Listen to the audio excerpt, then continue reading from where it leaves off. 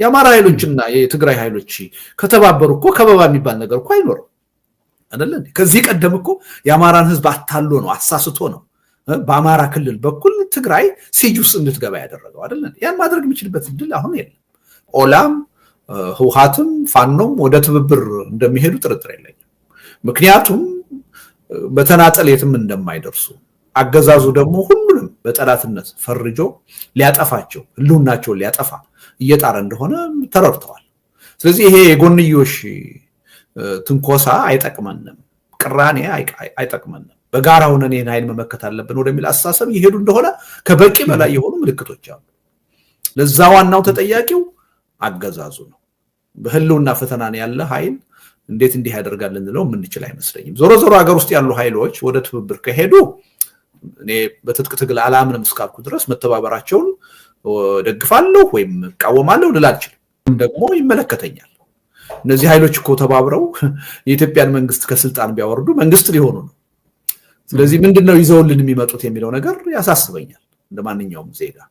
ስለዚህ በምን ጉዳይ ነው የተባበራችሁት? በመካከላችሁ ያሉ ቅራኔዎች፣ ልዩነቶች እንዴት ልትፈቷቸው አስባችኋል ወስናችኋል የሚለውን ነገር መጠየቅ ፈልጋለሁ። በዚህ ላይ ግልጽነት እንዲኖራቸው ፈልጋለሁ። ማወቅ አለብን ማለት ነው። ዓለም አቀፉ ህብረተሰብ በዚህ መልኩ የራሱ ጥያቄዎች ይኖሩታል።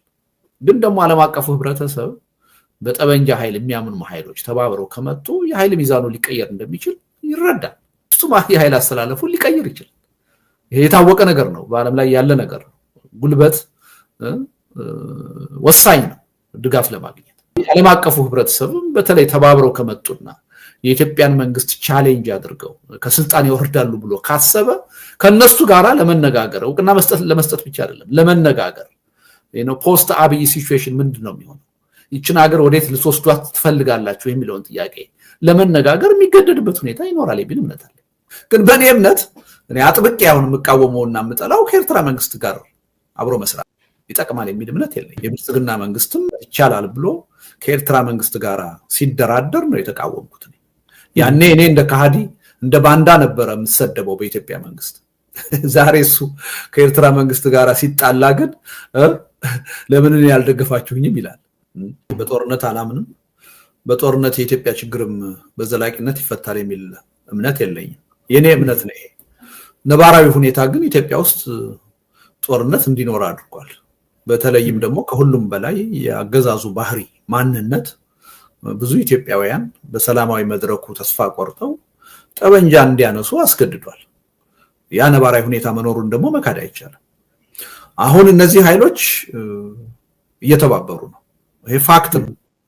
ከውጭ ኃይል ጋራ በተለይ ከሻዕቢያ መንግስት ጋራ መተባበር ትክክል ነው ብዬ አላምንም አልኩ እንጂ ለመተባበራቸው ምክንያት የላቸውም አላልኩ። ምክንያትማ በደንብ አላቸው። የኢትዮጵያ መንግስት ዙሪያቸውን ከቦ በከበባ ሊያሸንፋቸው ሲፈልግ መውጫ መግቢያ መፈለጋቸው የሚቀር አይደለም። ይሄ በቂ ምክንያት ነው። የኢትዮጵያ መንግስት ከሻዕቢያ ጋር ግንኙነት የሚያደርጉ የፖለቲካ ኃይሎችን የሚከሳቸው በምንድን ነው? በባንዳነት በተላላኪነት ነው የሚከሳቸው። በፍጹም ከሁኔታው ጋር ማሄድ ፍረጃ ነው ይሄ። ህውሃት ከሻዕቢያ ጋር ቢተባበር ተላላኪ ልትለው አትችልም። የራሱ የሆነ ተጨባጭ አጀንዳና ምክንያት ስላለው ነው። ለሻዕቢያ መንግስት ልላላክ ብሎ ሊሆን አይችልም። ፋኖ ከሻዕቢያ ጋር ቢተባበር ተላላኪ ልትለው አትችልም። የራሱ ኮዝ አለው፣ የራሱ ምክንያት አለው። ያን ኮዝ ዳራ ደርሳለሁ ብሎ ነው የሚተባበር።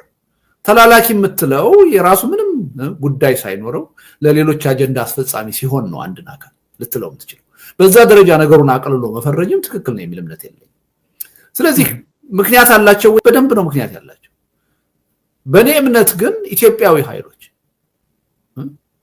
ውስጥ ያሉ ኢትዮጵያዊ ኃይሎች ከተባበሩ ይህን መንግስት ቻሌንጅ ለማድረግ እኮ በቂ ነው። የውጭ ኃይል ትብብር ማያስፈልጋቸውም የሚል እምነት አለ። ይሄን ከበባን በመስበር ረገድ የአማራ ኃይሎችና የትግራይ ኃይሎች ከተባበሩ እኮ ከበባ የሚባል ነገር እኮ አይኖርም አይደል? ከዚህ ቀደም እኮ የአማራን ህዝብ አታሎ ነው አሳስቶ ነው በአማራ ክልል በኩል ትግራይ ሲጅ ውስጥ እንድትገባ ያደረገው አይደል? ያን ማድረግ የሚችልበት እድል አሁን የለም። በሱዳን በኩል አሁን ያን ማድረግ የሚችልበት እድል የለም። የኔ እምነት ምንድነው?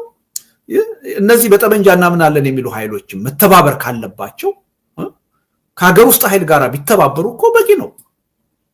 የግድ ሄደው የውጭ ኃይል ጋር መተባበር አለባቸው የሚል እምነት የለኝም። ለመተባበር መወሰናቸው ግን የራሱ ምክንያት አለው ብዬ አምናለሁ። ምክንያት አለው፣ ምንም ጥርጥር የለም። ያ ምክንያት ደግሞ ለሌላ ተላላኪ ከመሆንም አንፃር አይደለም፣ ወይም መንግስት እንደሚለው የሌላ ባንዳና አገልጋይ ከመሆንም አንፃር አይደለም። የራሳቸው አጀንዳ ስላላቸው ለዛ አጀንዳችን አሸናፊነት ወይም ተፈጻሚነት ይጠቅመናል ብሎ ስለሚያስቡ፣ ይሄ መንግስት ግን የራሳቸው ኮዝ እንደሌላቸው የራሳቸው አጀንዳ እንደሌላቸው ጉዳዩን ሃይሊ ሲምፕሊፋይድ አድርጎ የተላላኪነት ሚና አድርጎ ሊያቀርብ ይፈልጋል። ይሄ ለደርግም አልበጀውም፣ ለ27 ዓመቱ ኢህአዴግም አልበጀውም፣ ለዚህ መንግስትም አይበጀውም፣ የትም አያደርስም። የሚጠቅመው ህወሓት ተጨባጭ የሆነ የፖለቲካ ጥያቄ አለው ኢትዮጵያ ውስጥ። ይህን ጥያቄ እንዴት አድርጌ ልመልስና ሰላም ልፍጠር? ፋኖ ተጨባጭ የሆነ ህዝባዊ የሆነ የፖለቲካ ጥያቄ አለው። ይህን ጥያቄ እንዴት አድርጌ ልመልስና ሰላም ልፍጠር? ኦላ ከኦሮሞ ህዝብ ጥያቄ ጋር የተያያዘ ተጨባጭ ጥያቄ አለው። ይህን ጥያቄ ልመልስና እንዴት አድርጌ ዘላቂ ሰላም ልፍጠር ብሎ ነው እንጂ ማሰብ ያለበት እነዚህን ሁሉ ኃይሎች በኃይል ለማጥፋት ለመደምሰስ ጠበንጃ አንስቶ እየፎከረ ከውጭ ኃይሎች ጋር አትተባበሩ ማለት ምንም ትርጉም የለም። እንዲህም በማለት ልታስቀሩ የምትችለው ነገር የለም እና መንግስትም አያስቀረውም። እኛ በጦርነት ማናምን ኃይሎችም እንዲህ አይነቱን ግንኙነት ብናወግዝ አናስቀረው።